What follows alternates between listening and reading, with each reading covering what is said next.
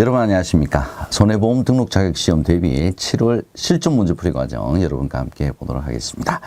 자, 2025년 들어서 이제 4월, 5월부터 이제 새로운 문제들이 많이 출제가 되고 있습니다. 그래서 실전 문제풀이 과정 여러분들께서 잘 유의있게 봐주시면 아마 합격에 크게 도움이 되지 않을까라는 말씀 드리면서 1번 문제 손해보험 상품에서부터 시작해 보도록 하겠습니다. 1번 주택화재보험 보통약관에서 보상받을 수 없는 손해. 자, 보통약관에서 보상을 받을 수 없는 경우가 몇몇 가지가 있었죠. 그죠? 예, 벼락으로 인한 보험 목적인 냉장고가 파손됨. 얘는 보상받을 수 있는 손해에 해당이 됩니다. 옆집의 화재 사고로 가재도구가 불에 타서 파손됐다. 얘도 보통약관에서 화재보험이죠. 화재보험이 보통약관에서 보상받을 수 있는 손해에 해당이 됩니다. 3번 지문 한번 보죠. 갑작스러운 추위로. 자, 추위와 화재와는 관련이 없죠. 그죠? 그래서 갑작스러운 추위로 수도관이 파열이 되어서 가재도가 침수되었다. 얘는 보상받을 수 있는 손해에 해당되질 않습니다. 그래서 정답은 3번이 되겠고요.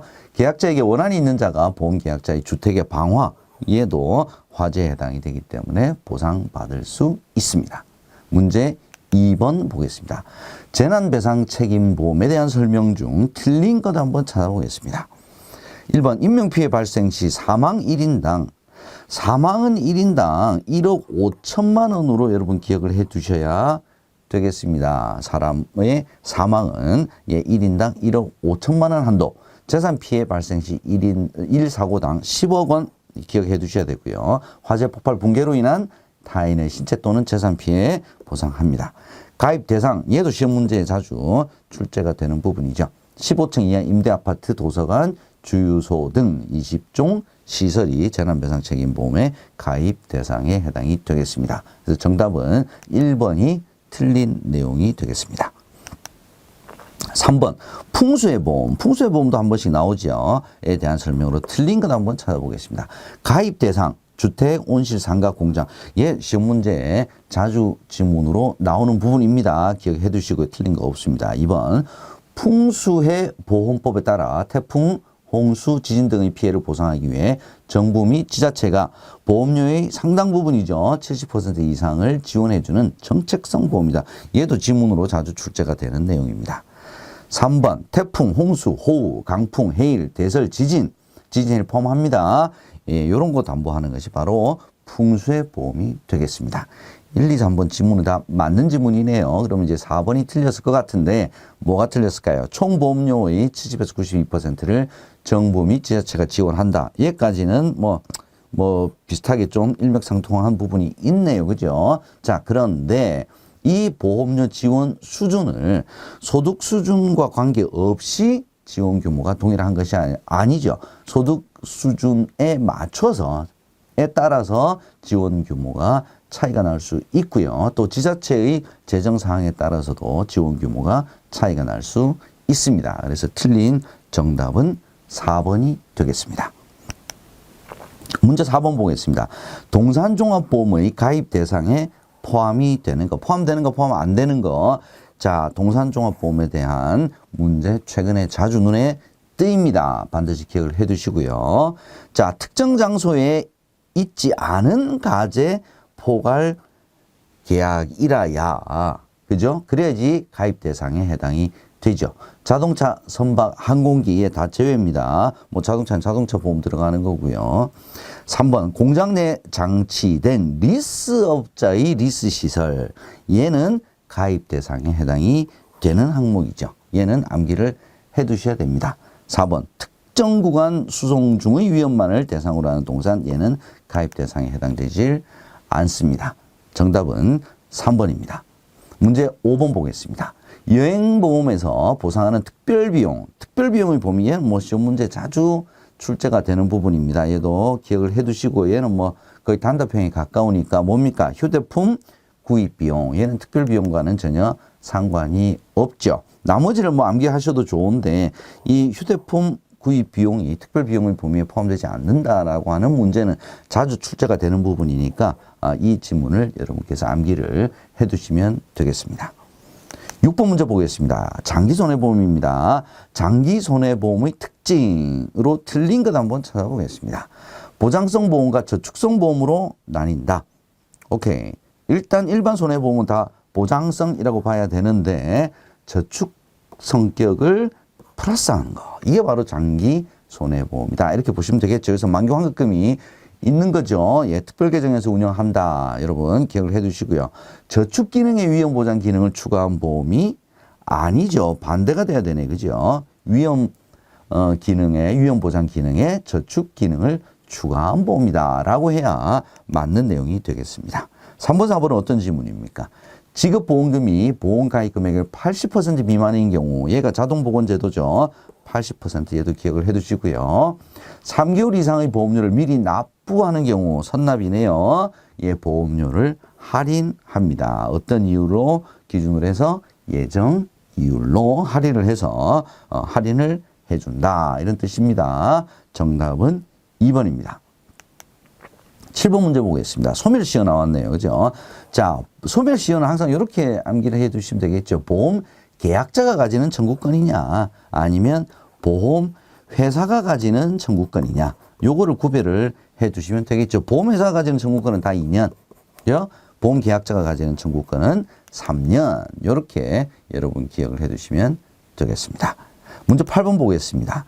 장기화재보험, 예, 가입 이후에 통지 의무 부과가 되죠. 그죠? 자, 어떤 경우에 통지 의무가 주어지느냐. 자, 여기에 해당하지 않는 거. 얘는 통지 안 해도 돼. 이거죠. 그죠? 1번. 동일한 위험을 보장하는 계약을 다른 보험자와 계약 체결할 때에는 통지 의무 사항에 해당이 되죠. 보험 목적물의 보관 장소 구조를 변경했을 때, 구조를 변경해서 리스크가 더 커질 수도 있죠. 보험 목적물을 다른 곳으로 옮길 때 이거 다 통지해야 되는 사항에 해당이 됩니다. 작업자가 변경되었다. 얘하고는 통지 의무와는 전혀 관련이 없는 내용이 되겠죠. 정답은 4번입니다. 문제 9번 보겠습니다. 장기손해보험에서 보험금 지급 등 보험금은 지급입니다. 대한 설명으로 틀린 것 한번 찾아보겠습니다. 1번 계약자 또는 보험 수익자의 청구 시 회사는 청구일로부터 며칠? 3영업일이죠. 3영업일 기억을 해 두셔야 됩니다. 2번 보험회사는 만기 환급금 지급 시기가 되면 지급 시기 며칠 이전에 7일 이전에 상세한 내용을 알려줘야 합니다. 얘도 맞는 내용이죠.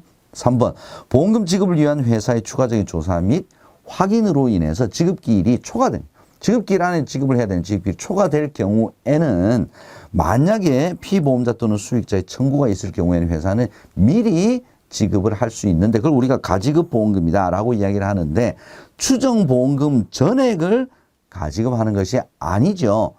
그죠? 전액을 했다가 만약에 실제 보험금보다 더 많이 지급을 해버리면 다시 또 환수를 해야 되죠. 이거 어려운 문제입니다. 도망가면 어떡합니까? 그래서 가지급 보험금은 추정 보험금의 몇 프로? 50% 절반 정도, 예, 절반 정도를 가지급으로 미리 지급을 합니다. 그래서 전액 지급한다 그랬으니까 얘가 틀린 내용이고요. 4번 보험금 지급기일 내에 보험금을 지급하지 않는 경우 약관에 정한 이자에 따라 이자를 더해서 지급을 해야 합니다. 그죠? 예. 그럼 지급기일을 지키지 않았으니까 그 지급기일을 초과한 부분에 대해서는 이자만큼을 더해서 지급하는 것이 합리적이겠죠. 문제 10번 보겠습니다. 이제 연금저축이네요. 자, 세제적격 요건을 갖추기 위해서 연금저축 납입금액의 한도는 예, 퇴직금, 가입자 부담금 합산, 예, 퇴직연금 합산, 연간 무조건 암기하셔야 되죠. 1,800만 원이 정답이 되겠습니다. 예, 연금저축의 납입 한도는 연간 1,800만 원. 무조건 얘는 암기를 해 두셔야 됩니다. 무조건 암기를 해야 된다는 것은 그만큼 자주 출제가 된다. 이렇게 보시면 되겠죠. 11번 문제 보겠습니다. 연금저축보험 계약자가 질병에 걸려서 3개월 이상의 요양기간이 치료기간이 필요하다. 자, 이런 경우는 좀 봐주는 거죠. 봐줍니다. 그래서 세제 조건이 크게 달라지질 않아요. 그죠? 그래서 일반적인 연금저축보험의 납입금액을 연금으로 수령을 할 때 적용이 되는 세제 혜택이 그대로 적용이 됩니다. 그래서 연금소득세 3에서 5% 납입하게 되고요. 당연히 종합과세에서는 포함되지 않습니다. 1번이 정답이 되겠습니다. 12번 문제 보겠습니다. 다음 중 퇴직연금의 적립금을 운용하는 방법이 있었죠. 얘도 시험 문제 자주 언급이 됩니다. 얘도 단답형이니까 쉬운 문제니까 반드시 기억을 해 주시기 바랍니다. 예금으로 운영할 수 있고요. 보험계약으로도 할 수 있고 적금으로도 할 수 있습니다. 복권을 살 수는 없겠죠. 그죠? 퇴직연금 적립금으로 복금기금으로 운영한다. 얘는 틀린 내용이 되겠습니다. 13번 보겠습니다. 민법과 자동차 손해배상보장법과의 관계에 대한 설명 중 맞는 것 한번 찾아보겠습니다. 자, 자동차 손해배상보장법은 자, 형법의 특별법이 아니라 민법의 특별법이죠. 그래서 민법보다 우선하여 적용이 된다라고 해야 맞는 내용이 되겠습니다.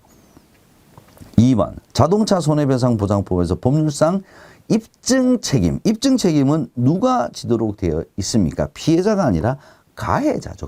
피해자가 입증 책임을 지면 피해 당한 것도 억울한데 입증 책임까지 지기는 너무 어렵습니다. 3번 민법과 자동차 손해배상보장법은 대인사고뿐만 아니라 대물사고에도 적용이 됩니다. 그죠? 민법이니까 꼭 대인에만 한정하는 것은 아니겠죠. 그래서 정답은 4번. 예, 조건부 무과실 책임주의. 얘는 이 용어는 반드시 암기를 해 두셔야 됩니다. 이 용어를 물어보는 문제에 자주 출제가 되고 있습니다.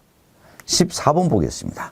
자동차를 양도했습니다. 그러면 양도인, 판 사람의 책임기간이 양수인, 산 사람에게 자동 승계되는 것으로 감도되는 기간은, 이건 무조건 암기하셔야 되죠. 양도된 날부터 며칠입니까? 양도된 날부터 15일이 지나면 자동 양수인에게 승계가 되는 것으로 간주를 합니다. 15일 암기 바랍니다. 15번 문제 보겠습니다. 자동차 보험에서 보험 요율. 자, 자동차 보험료를 산정할 때 여러 가지 요율 반영을 합니다. 우량 할인, 불량 할증, 특약 요율, 사고 건수별 특성률, 요거 다 적용하죠. 그죠? 근데 장기 요율, 뭐 오래 가입했다고 해서 보험 요율이 뭐 할인되는 것은 아닙니다. 그죠? 장기 요율은 보험 요율 반영 요소에 해당되질 않습니다. 정답은 4번이 되겠습니다. 16번 살펴보겠습니다. 자동차 보험 대인배상담보 부상보험금 중, 자, 부상보험금 중에 휴업손해 계산해서 부상보험 지급을 하지요. 자, 설명으로 맞는 것 보겠습니다.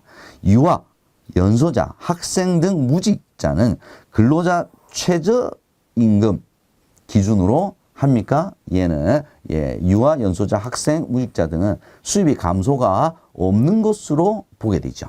3번 휴업기간 중 실제 수입 감소액의 50%가 아니라 85% 해당액을 지급을 합니다. 3번 가사노동자는 일용근로자 임금을 기준으로 한다. 얘가 맞는 표현이네요. 정답은 3번이고요. 65세 이상 피해자는 실제 수입 감소액을 기준으로 휴업손해를 산정을 합니다. 자, 이 문제도 잘 안 나왔던 문제인데, 자, 오답 여러분께서 자세히 보시지 않으시면 이 오답 지문 찾기가 쉽지가 않을 것 같아서 제가 여러분께 설명 좀 드렸습니다. 여러분 반드시 기억을 해 두시기 바랍니다.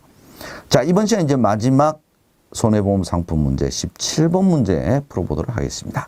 자동차 손해배상 보장 사업. 이 부분이 요즘 시험에 자주 나오네요. 자, 제외 대상. 설명 중 맞는 것은, 그러니까 자동차 손해배상 보장 사업에 청구를 할 수 없는 경우, 요걸 이제 물어보는 거네요. 자, 유엔군 보유 자동차, 미군 보유 자동차가 훈련 이외 목적으로 운행하다가 사고가 난 경우 청구 안 되죠. 도로가 아닌 장소에서만 운행하는 자동차 사고 피해자 청구할 수 없는데 없다 그랬네. 얘가 맞네. 그죠? 보장사업 청구할 수 없습니다. 산재보험 등 다른 법률에 의해서 보상을 받을 수 있는 경우에는 이중 청구하면 안 되죠. 청구 불가능합니다. 4번 피해자가 가해자로부터 손해배상을 받았어요. 받았는데 또 어떻게 청구를 합니까? 손해배상을 받지 못하는 경우에 그때 보장사업 청구가 가능한 거죠. 얘도 불가능합니다. 정답은 2번이 되겠습니다. 자, 이렇게 해서 첫 번째 시간 여러분과 함께 17번까지 풀어봤습니다. 저는 잠시 후에 두 번째 시간에서 또 찾아뵙도록 하겠습니다. 여러분 수고하셨습니다.